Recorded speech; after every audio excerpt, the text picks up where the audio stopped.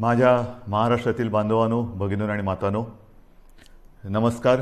जय महाराष्ट्र. खरं म्हटलं तर एक 2-4 दिवसापूर्वीच आपल्या भेटीला आलो होतो.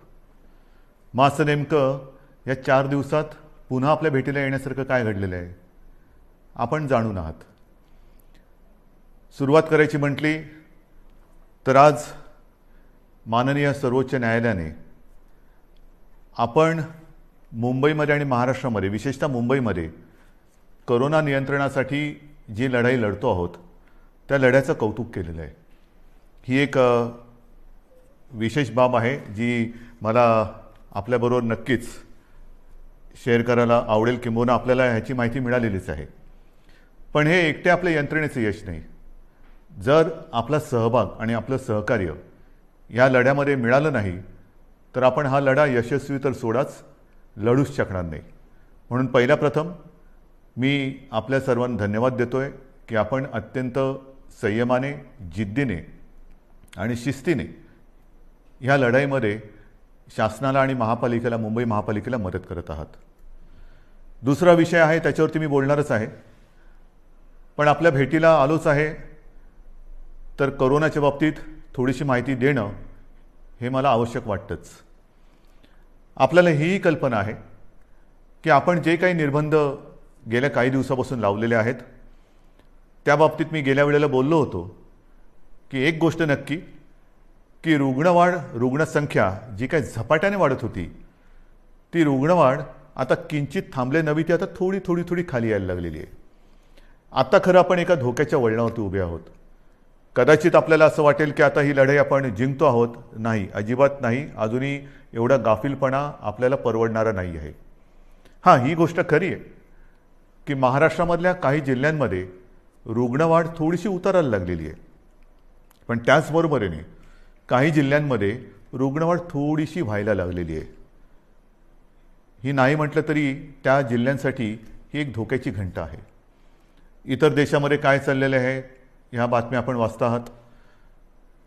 आपण निर्बंध लादून म्हणा किंबहुना निर्बंध पाळून म्हणा, एक सुरुवात केली दुसऱ्या लाटेची युद्ध करण्याची. आता इतर राज्य लॉकडाऊन करतायत, काही प्रमाणामध्ये आपल्यासारखेच निर्बंध टाकतायत. ही एक आता नाही म्हटलं तरी कोरोनाच्या लढाईतली आवश्यकता बनलेली आहे.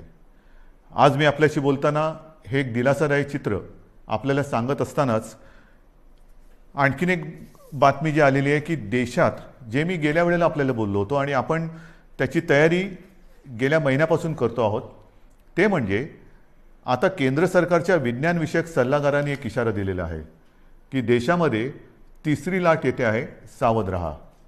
सावध राहा म्हणजे काय करायचं तर नवीन काही नाही आहे, त्याच गोष्टी आपण काय करतो आहोत, सावध काय राहतो आहोत.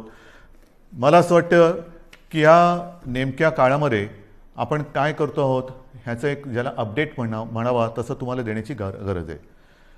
आज आपल्याकडे साधारणतः म्हणजे 25 एप्रिलला आपल्याकडे राज्यात 6,98,000 म्हणजे जवळपास आपण 7 लाखाला पोहोचलो होतो, एवढे सक्रिय रुग्ण होते. आणि 4 मे म्हणजे काल आपल्या राज्यात 6,41,900 इथपर्यंत ही रुग्णवाढ आपण थोपवून ठेवून थोडीशी खाली आणलेली. ही नक्कीच दिलासादायक गोष्ट आहे. मात्र जे मी तुम्हाला सांगितलं की रुग्णसंख्या काही जिल्ह्यात घटत असली तरी काही जिल्ह्यात मात्र थोडीशी वाढ होते आहे, त्याच्यावरती आपण लक्ष ठेवून आहोत. आपल्याकडे जी आरोग्य व्यवस्था आहे त्या आरोग्य व्यवस्थेमध्ये आपण नक्कीच वाढ करत चाललेलो आहोत. आपण जवळपास आता आयसोलेशन बेड्स हे 4.5 लाखापर्यंत नेलेले आहेत. जवळपास 1 लाख ऑक्सिजन बेड्स आहेत, 30,000च्या आसपास ICU बेड्स आहेत आणि 12,000च्या आसपास आपल्याकडे व्हेंटिलेटर्स आहेत. थोडक्यात सांगण्याचा मुद्दा काय की ही वाढ आपण करतो आहोत. जिथे जिथे आवश्यकता असेल तिथे आपण ह्या वाढीला म्हणजे वाढीला नाही, रुग्णवाढ थोपवायला आरोग्य सुविधा वाढीसाठी मंजुरी दिलेली आहे. अगदी न थांबता जिथे जिथे जे करणं गरजेचं आहे ते करा असे स्पष्ट निर्देश मी प्रशासनाला दिलेले आहेत. लसीकरणाच्या बाबतीत तीही कल्पना मी आपल्याला दिलेली आहे की साधारणतः 18 ते 44 ह्या वयोगटातील 6 कोटी नागरिकांना आपल्याला लसीकरण करायचं आहे, ती जबाबदारी केंद्राने आपल्यावरती टाकलेली आहे, ती आपण समर्थपणाने घेतलेली आहे. मागे जे बोललो तेच पुन्हा सांगतो की 6 कोटी जनतेला 2 डोस म्हणजे 12 कोटी डोस एक रकमी एका चेकने घेण्याची आपली तयारी आहे. जसजसा लस पुरवठा होईल तसतसा आपण हा आपला लसीकरणाचा वेग जो 5 लाख एका दिवसात आपण करून दाखवलेला आहे तो अगदी 10 लाखापर्यंत पण नेण्याची आपली क्षमता आहे. त्याहूनही अधिक आपण नेऊ शकतो एवढी तयारी आपली झालेली आहे. लसीकरण मी केंद्रावरती आरोप करत नाही, परंतु केंद्राची सुद्धा अडचण आहेच. कारण ज्या प्रमाणामध्ये लसीचं उत्पादन हे आता हळूहळू वाढतंय त्या प्रमाणामध्ये लसीचा पुरवठा आपल्याला होतो आहे. म्हणून तूर्त आपली क्षमता आणि मर्यादा ह्या दोन टोकाच्या गोष्टी झालेल्या आहेत. जसजसा लस पुरवठा वाढेल तसतसं हे लसीकरण सुद्धा आपण वाढवू. मग त्याच्यानंतर ऑक्सिजनच्या बाबतीत सुद्धा मी सांगितलं की साधारणतः रोज 1200 मेट्रिक टन ऑक्सिजन आपण दर दिवशी आपल्या राज्यामध्ये उत्पादित करतो. आज हा जो वापर आहे तो 1700 मेट्रिक टनच्या आसपास झालेला आहे. एवढा रोजचा आपल्याला ऑक्सिजन आज लागतोय. किंबहुना कालच आपण पाहिलं असाल की आपण केंद्राला आणखीन एक पत्र दिले आणि आम्हाला 200 मेट्रिक टन अधिक ऑक्सिजन पाहिजे ही मागणी आपण त्यांच्याकडे नोंदवलेली आहे. 1200 मेट्रिक टन हा आपल्या राज्यात उत्पादित होणारा ऑक्सिजन आणि त्याच्यावरचा 500 मेट्रिक टन ऑक्सिजन आहे तो केंद्र सरकार आपल्याला इथून तिथून राज्यातून बाहेरच्या राज्यातून नेण्यासाठी किंवा देण्यासाठी त्यांनी आपल्याला एक परवानगी दिलेली आहे किंवा मंजुरी दिलेली आहे. हे झालं आजचं चित्र. पण तिसऱ्या लाटेसाठी तयार राहा हे जे काय आता आपल्या केंद्राचे देशाचे वैज्ञानिक सल्लागार बोलत आहेत, आपण याची तयारी सुरू केलेली आहे. मी गेल्या काही दिवसांमध्ये प्रशासनाला याही सूचना दिलेल्या आहेत की महाराष्ट्र जो आज 1200 मेट्रिक टन ऑक्सिजन रोजचा निर्मिती करतो आहे, ही निर्मिती आपल्याला किमान 3000 मेट्रिक टनापर्यंत न्यायची. किमान म्हणजे 1200च्या पुढे जवळपास 1800 मेट्रिक टन अधिक ऑक्सिजन आपल्याला येत्या काही दिवसात उत्पादन केलाच पाहिजे, हा आपला आग्रह आणि आपला कटाक्ष आहे. आणि सुरुवात झालेली आहे. मग वेगवेगळ्या प्रकारचे प्लांट्स आहेत, PSA असतील, आणखीन काही असतील. आता आपण 300 PSA मी मागे सांगितलं तुम्हाला प्लांट उभारणीसाठी मंजुरी दिलेली आहे. येत्या काही दिवसामध्ये त्याची सुद्धा सुरुवात होईल आणि काही ताबडतोबीने सुरू होतील. जसजसा प्लांट लावायला म्हणजे त्याच्या बांधकाम असेल आणखीन काही असेल त्याला जसा वेळ लागतो तेवढा वेळ लागेल आणि लवकरात लवकर ऑक्सिजन मिशन ऑक्सिजन हे त्याला मी नावच दिलेलं आहे, मिशन ऑक्सिजन. येत्या काही दिवसात महाराष्ट्र हा ऑक्सिजनच्या बाबतीत स्वयंपूर्ण झालाच पाहिजे, ही आपली अटकळ नव्हे, हे आपलं कर्तव्य आहे आणि त्या दृष्टीने आपण हालचाल हे करतो आहोत. आणखीन एक गोष्ट हे आता तुम्हाला थोडंसं सांगणं मला गरजेचं आहे. रेमडेसिवीरच्या बाबतीत मी तुम्हाला सांगितलेलं आहे, हळूवारपणाने केंद्र आपल्याला जो कोटा त्यांनी दिलेला आहे त्याच्यात हळूवार वाढ होते आहे. अजूनही पूर्ण जेवढी आवश्यकता आहे तिथपर्यंत आपण पोचलेलो नाही, पण हळूवारपणाने त्याच्यात थोडी प्रगती होते आहे. आणि रेमडेसिवीरचा पुरवठा हा आवश्यकतेनुसार आपण प्रत्येक जिल्ह्याला करतो आहोत. काही जणांची तक्रार आहे की आमच्याकडे एवढे रुग्ण असताना आमच्याकडे एवढेच इंजेक्शन्स येतात. ही तक्रार आहे, जरूर आहे. पण त्यासाठी आपण आणखीन एक गोष्ट सुरू केलेली आहे. एक काल परवापासून मी जो आपला टास्क फोर्स आहे त्या टास्क फोर्सला आपल्या जसं मुंबई आहे, पुणे आहे, ठाणा आहे, मग कुठे भंडारा असेल, नागपूर असेल, सोलापूर असेल, ह्या तिथल्या जिल्ह्यातील आणि तिथल्या शहरातील जे आपले फॅमिली डॉक्टर्स आपण ज्याला म्हणतो, जो कुटुंबाचा डॉक्टर, त्यांना सगळ्यांना झूम कॉलवरती एकत्रित करून मार्गदर्शन करायला आपण सुरुवात केलेली आहे. काय करायचं, आपल्याकडे रुग्ण आल्यानंतर त्याला कोविड झालाय तर घरातल्या घरात म्हणजे आपण म्हणतो ना की आवश्यकता नसेल तर हॉस्पिटलमध्ये येण्याची गरज नाही, पण आवश्यकता असेल तर हॉस्पिटलमध्ये त्वरित आलं पाहिजे. मग हे नेमकं जो काही एक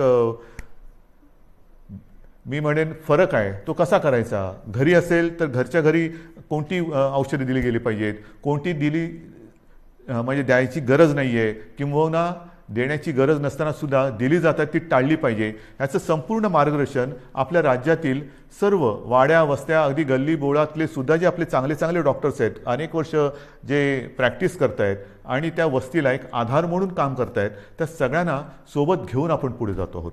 रेमडेसिवीर असेल, अगदी इतर काही गोष्टी असतील, या सगळ्या बाबतीत आपण स्वयंपूर्ण होण्याच्या दृष्टीने वाटचाल करतो आहोत की जेणेकरून तिसरी लाट, दुसरी लाट तर लवकर थोपवायची आहेच, पण तिसरी लाट सुद्धा जर का आली तर तिचा घातक दुष्परिणाम आपल्या राज्यावरती होऊ द्यायचा नाही, हा चंग बांधून आपलं महाराष्ट्र सरकार काम करत आहे. हे झालं एक कोरोनाच्या बाबतीतचं. मग दुसरा मुद्दा आहे तो साहजिकच आहे. जसा पहिला मुद्दा मी सांगितला की सुप्रीम कोर्टाने आज मुंबई महापालिकेच्या लढाईचं कौतुक केलेलं आहे, तसंच ही लढाई आपण लढत असताना ही जिकराची लढाई, जीवावरती बेतलेले संकट आहे, अगदी देशात हाहाकार झालेला आहे, आणि अशी ही लढाई आपण जिद्दीने लढत असतानाच एक सुप्रीम कोर्टाने आणखीन एक निर्णय दिलेला आहे, तो मात्र थोडासा निराशाजनक आहे. बरोबर आहे, मराठा आरक्षण. मराठा आरक्षणाची ही लढाई आपण न्यायालयाच्या माध्यमातून न्यायालयाकडे आपण न्यायाच्यासाठी न्यायालयात लढत होतो. आपल्याला सर्वांना कल्पना आहे की काही वर्षांपूर्वी आपल्या विधिमंडळामध्ये सर्व पक्षांनी, म्हणजे तेव्हा तर शिवसेना आणि भारतीय जनता पक्षाची युतीच सत्तेमध्ये होती, आणि विरोधी पक्ष म्हणजे जे आज आपले सहकारी आहेत काँग्रेस आणि राष्ट्रवादी, ह्या राज्यातील प्रमुख 4 पक्षांनी आणि इतर सर्वांनी एकमुखी एकमताने मराठा समाजाला आरक्षण देण्याचा कायदा पास केला. तो मंजूर केला. मग त्याला आव्हान दिलं गेलं. उच्च न्यायालयामध्ये आपण ही लढाई जिंकलो. त्याला आव्हान दिलं गेलं. मग सर्वोच्च न्यायालयात ही लढाई गेली. सर्वोच्च न्यायालयात ही लढाई आपण लढलो आणि दुर्दैवाने आज हा निराशाजनक निकाल ह्या अगदी लढाईच्या ऐन भरामध्ये आलेला आहे. नेमकं काय झालं? जे काही एक ढोबळमानाने निकाल आलेला आहे, कारण आता निकालपत्र ते आत्ता हाती आलेलं आहे, त्याच्यावरती आणखीन डिटेलमध्ये काम सुरू आहे, त्याचा अभ्यास सुरू आहे. पण सर्वानुमते एकमुखाने घेतलेला हा निर्णय सुप्रीम कोर्टाने त्याच्या विरोधात निकाल दिलेला आहे. मग असं कोणीतरी म्हणालं की आम्ही जे उच्च न्यायालयात जिंकलो ते सुप्रीम कोर्टात तुम्ही हरलात, तुम्हाला लढताच आलं नाही. नाही, असं अजिबात नाही आहे. ज्या वकिलांनी आपल्याला उच्च न्यायालयामध्ये विजय प्राप्त करून दिला, बाजू मांडली, यशस्वीपणाने मांडली, तेच वकील त्याच्यात कुठेही बदल न करता किंवा त्यांच्यात अधिक काही वकिलांची आपण त्यांना मदत देऊन ही लढाई आपण अत्यंत योग्यपणाने, समर्थपणाने सर्वांचं मत एकत्र घेत आपण ही लढलो आहे. पदरी निराशा आलेली आहे, पण निराश झालो किंबहुना निराश झाला तर तो महाराष्ट्र कसला. मी खास करून मराठा समाजाला एक वेगळ्या दृष्टीने धन्यवाद देतो आहे की त्यांनी फार समंजसपणाने हा निर्णय जो आहे हा ऐकलेला आहे. कुठेही थैथयाट केला नाही, आदळआपट केली नाही. त्याच्याबद्दल मी तमाम माझ्या मराठा समाजातील माता भगिनींना, बांधवांना हात जोडून धन्यवाद देतो आहे. आणि त्यांच्या नेत्यांनी सुद्धा, मी विशेष उल्लेख करेन, छत्रपती संभाजीराजे यांनी सुद्धा अत्यंत समंजस्याने आपली प्रतिक्रिया दिलेली आहे. हे दिवस लढाईचे नाही आहेत, निदान आपल्या तरी नाही आहेत, कारण सरकार आणि आपली भूमिका एक आहे. जर सरकार ह्या निर्णयाच्या म्हणजे आरक्षणाच्या विरोधात असतं तर लढाई मी समजू शकत असतो, पण सरकार आपल्यासाठी लढतंय, आपली बाजू मजबूतीने सुप्रीम कोर्टात मांडते किंवा ती मांडली, आणि तरीसुद्धा हा एक निराशाजनक निर्णय आल्यानंतर मला असं वाटतं अजूनही लढाई संपलेली नाही आहे. कारण लढाई केव्हा संपते? सगळं काही अंधार पसरतो तेव्हा. आज माननीय सर्वोच्च न्यायालयाने आपल्याला हा निकाल देत असताना म्हणजे त्यांनी सांगितलं की हा तुमचा अधिकारच नाही आहे. जे एक कमिशन, गायकवाड कमिशन आपण नेमलं होतं, त्याच्या शिफारसीसुद्धा त्यांनी सांगितलं की त्यासुद्धा त्यांनी बाजूला ठेवलेल्या आहेत. मग काय करायचं नेमकं? आता काय करणार तुम्ही म्हणता ही लढाई संपलेली नाही. मग सर्वोच्च न्यायालयाने निकाल दिल्यानंतर सुद्धा पुढे काय? आता पुढे आहे, सर्वोच्च न्यायालयाने निकाल देताना मला असं वाटतं पुढचा मार्ग दाखवलेला आहे की कुठे न्याय मिळेल आपल्याला, हे सर्वोच्च न्यायालयाने दाखवलेलं आहे. कारण सर्वोच्च न्यायालयाने सांगितलं की आरक्षण देणं, मग बाकीचे किचकटपणात मी जात नाही आहे. अशोकरावांनी अत्यंत व्यवस्थितपणाने दुपारी पत्रकार परिषद घेऊन एक व्यवस्थित बाजू मांडलेली आहे, कारण त्यांनी या विषयावरती गाढा अभ्यास केलेला आहे. गेले काही महिने 1-1.5 वर्ष माननीय अशोकरावांनी किती बैठका याच्यासाठी घेतल्या असतील, किती जणांशी बोलले असतील, किती जणांशी चर्चा केली असेल, हे त्यांनाच माहिती. आणि त्यांनी आज दुपारी अत्यंत व्यवस्थित समर्पक शब्दामध्ये जे काही आरोप प्रत्यारोप असतील त्याला उत्तरं दिलेली आहेत आणि आपली बाजूसुद्धा व्यवस्थित मांडलेली आहे, ती आपल्यासमोर आलेली आहे. म्हणून मी ते परत त्याच्यात बोलणार नाही आहे. पण सर्वोच्च न्यायालयाने जे सांगितलं की हा निर्णय घेण्याचा अधिकार हा राज्य सरकारचा नाही, मग कोणाचा आहे, तर हा अधिकार केंद्र सरकारचा आणि माननीय राष्ट्रपतींचा आहे. हा एक मोठा मार्ग त्यांनी दाखवलेला आहे. आणि म्हणून माझी जी पहिली प्रतिक्रिया आपल्यासमोर आलेली आहे त्या प्रतिक्रियेत मी म्हटलं की एका प्रकारे सर्वोच्च न्यायालयाने हा निकाल देताना आपल्याला वेगळं मार्गदर्शन केलेलं आहे की कुठे न्याय मिळेल.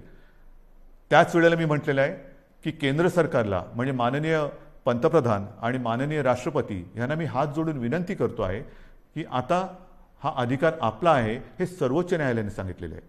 आपण 370 कलम काश्मीरचं हटवताना जी हिंमत दाखवली तीच हिंमत आणि तीच संवेदनशीलता आम्हाला आत्ता पाहिजे. सर्वोच्च न्यायालयाने यापूर्वी जे 2 निकाल दिले होते ते शहाबानो खटला असेल किंबहुना ॲट्रॉसिटी ॲक्ट असेल, तो सुद्धा केंद्र सरकारने म्हणजे संसदेने आपल्या अधिकाराचा वापर करून बदलला आणि एक संवेदनशीलता दाखवली. मग आता तर सर्वोच्च न्यायालयाने सांगितलेले की हा अधिकार आपला आहे आणि हा अधिकार आपला आहे म्हटल्यानंतर आम्ही सगळेजण एकत्र आहोत. महाराष्ट्रामध्ये ज्या वेळेला हा निर्णय घेतला गेला तेव्हा जे सर्व पक्ष एकत्रित आले होते ते सर्व पक्ष आजसुद्धा एकत्रित आहेत. आम्ही एकमुखी आपल्याला विनंती करतो आहे की आपल्याला जे जे काही सहकार्य आपल्या राज्यातून पाहिजे असेल, आमच्या राज्यातून पाहिजे असेल ते आम्ही करतो आहोत, नक्कीच करू. मात्र आता सहनशीलता ही आहे. माझा मराठा समाज हा सहनशील आहे, कुठेही आतताईपणा त्यांनी केलेला नाही. न्याय हक्कासाठी रस्त्यावरती उतरला, तो सुद्धा शांततेने उतरला. अशा ह्या समाजाचा लढवय्या शेतकरी सगळं मी आपलं वर्णन केलेलं आहे. ह्या समाजाला न्याय देण्यासाठी आता केंद्र सरकारने जास्त वेळ न लावता निर्णय घ्यावा. मी आपल्या माध्यमातून माननीय राष्ट्रपतींना आणि माननीय पंतप्रधानांना विनंती करतोच आहे, पण उद्या अधिकृत पत्रसुद्धा मी त्यांना देतो आहे. जर का आणखीन आम्हाला तिकडे येऊन भेटण्याची आवश्यकता असेल तर तीही आम्ही करायची तयारी आहे.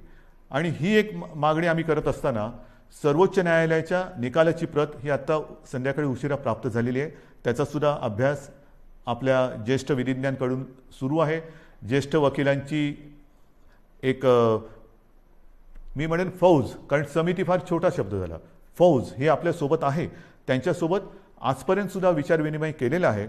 आता मात्र सर्वोच्च न्यायालयाची ही प्रत प्राप्त झाल्यानंतर त्याचा अभ्यास सुरू झालेला आहे. त्याच्यात आणखीन काही मार्ग दाखवलेत का तेही बघतो. त्याच्यानंतर नेमकं निकालामध्ये म्हटलेलं काय आहे, आपल्या मर्यादा काय आहेत तेही आपण बघतो आहोत. मात्र पुन्हा एकदा मी सांगेन की जो मार्ग सर्वोच्च न्यायालयाने दाखवलेला आहे ह्या निर्णयाच्या बाबतीत केंद्र सरकारच्या अधिकारावरती त्यांनी मी म्हणेन एका अर्थी शिक्कामोर्तबच केलेलं की हा तुमचा अधिकार आहे. आता मला केंद्र सरकारचा अधिकार पाहिजे, कारण आम्ही सर्व पक्ष एकत्र आहोत. मराठा समाज आणि आम्ही आणि माझ्या महाराष्ट्रातले सगळे समाज हे सगळे एकत्र आहोत. ही मागणी केवळ एका समाजाची नाही तर न्याय हक्काची मागणी ही महाराष्ट्राची आहे आणि तिचा अनादर केंद्र सरकार, माननीय पंतप्रधान आणि माननीय राष्ट्रपती करणार नाहीत ही मला खात्री आहे, हा मला आत्मविश्वास आहे. तूर्त मी सर्वांना हेच सांगू इच्छितो की अत्यंत धोक्याच्या वळणावर कोरोनाच्या आपण उभे आहोत. जी शांतता, जो संयम तुम्ही आजपर्यंत दाखवलेला आहात तोच संयम, तीच शांतता यापुढे आपल्याला गरजेची आहे. आता संयम आणि शांतता 2 लढाईसाठी पाहिजे. एक तर कोरोनाविरुद्धची लढाई आणि दुसरी जी कदाचित जी काही समाज विघातक लोक किंवा शक्ती असतात की ते आग लावण्याचा प्रयत्न करतात, तर अशा लोकांच्या भडकवण्याला बळी पडू नका. सरकारवरती विश्वास ठेवा. सरकार पूर्ण ताकदीने, पूर्ण क्षमतेने ही लढाई जिंकल्याशिवाय राहणार नाही आणि तुम्हाला तुमचा न्याय हक्क मिळवून दिल्याशिवाय राहणार नाही. एवढंच एक वचन आपल्याला देतो आणि तूर्त आपली रजा घेतो. जय हिंद, जय महाराष्ट्र.